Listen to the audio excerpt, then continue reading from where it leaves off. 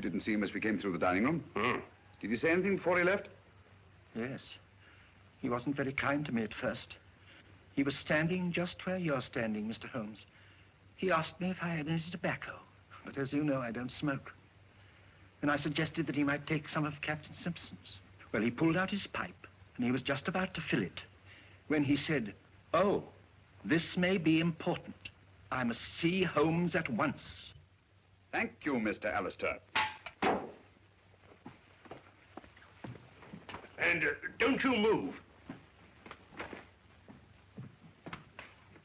This wall measures 28 feet outside, and inside it's obviously several feet less. What are you looking for? The entrance to a passage. What passage? It could only be on that outside wall.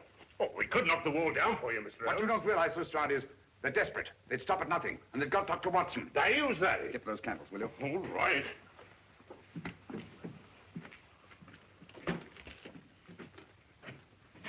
What are you doing here? I don't like to be alone.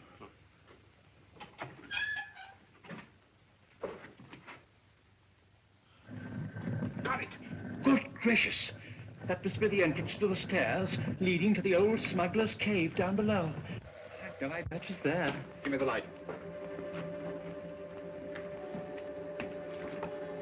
Oh, dear.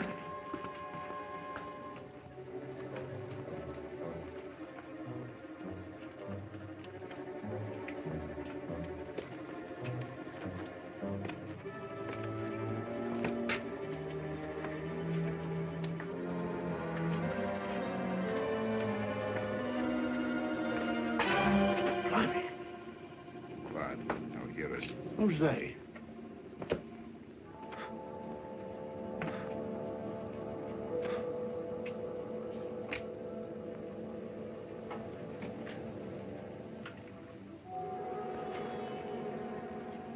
Listen for yourself, Lestrade. Lord Laverdac.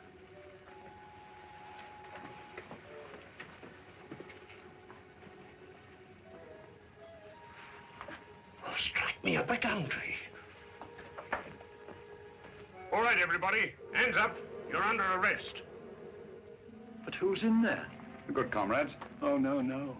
They're dead. Are they? Come on now, get in line, all of you.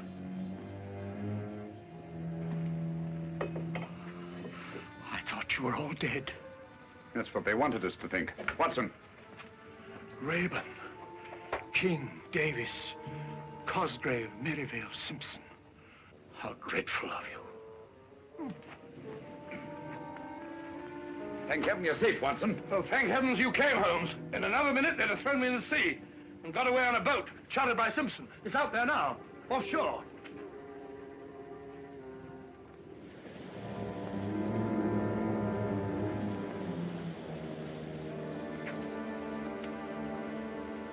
Congratulations, Lestrade. You've bagged the lot. Ah, that's all right, Mr. Holmes. And may I congratulate you, gentlemen, on a very ingenious plan.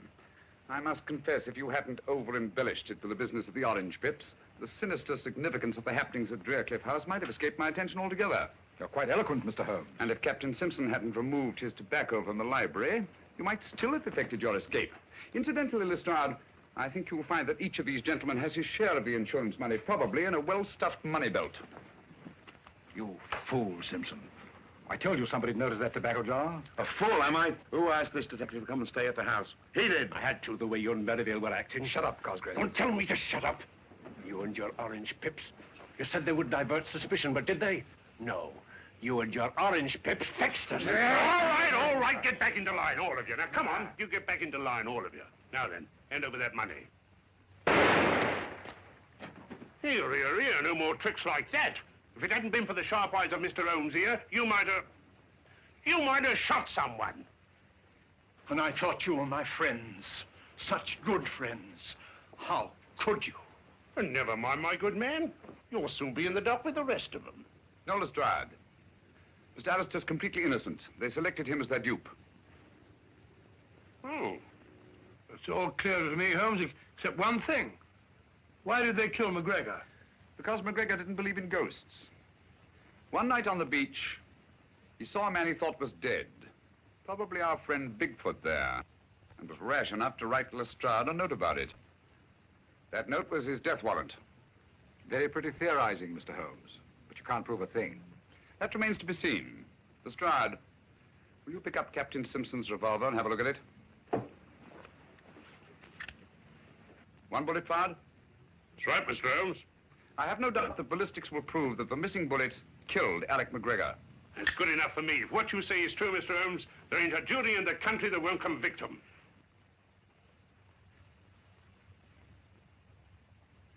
And so, just retribution has been visited upon the 6 members of the Good Comrades whose nefarious plan was unmasked in the nick of time. By the brilliant detective work of Inspector Lestrade of Scotland Yard.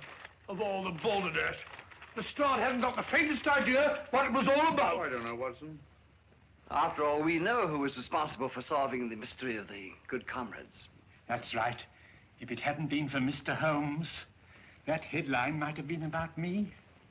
Mr. Holmes, one thing puzzles me. What? How did they manage those fake murders? Oh, elementary, my dear Chalmers, elementary. I can explain all that. Whenever there was a funeral of some old gaffer in the neighborhood, they dug up the body and dressed it in the clothes of one of their members.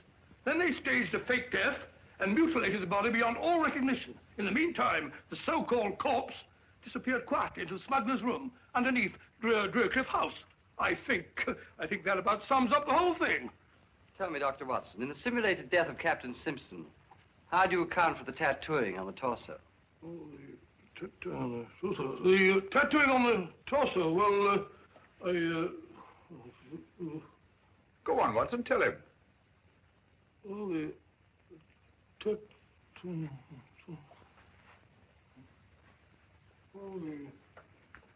on the sorry, Holmes. Captain Simpson was an expert with the tattooer's needle. He merely duplicated the full-rigged ship on the chest of the corpse. I also observed that the design on the torso had been done within the previous 24 hours. Dear me, what a gruesome idea. Out of gratitude for what you've done, the companies that I represent wish you to accept this check. No, Mr. Chalmers, I think Mr. Alistair here is much more deserving of a reward than I am. Dear me, but they took me in completely. I didn't help you solve the case.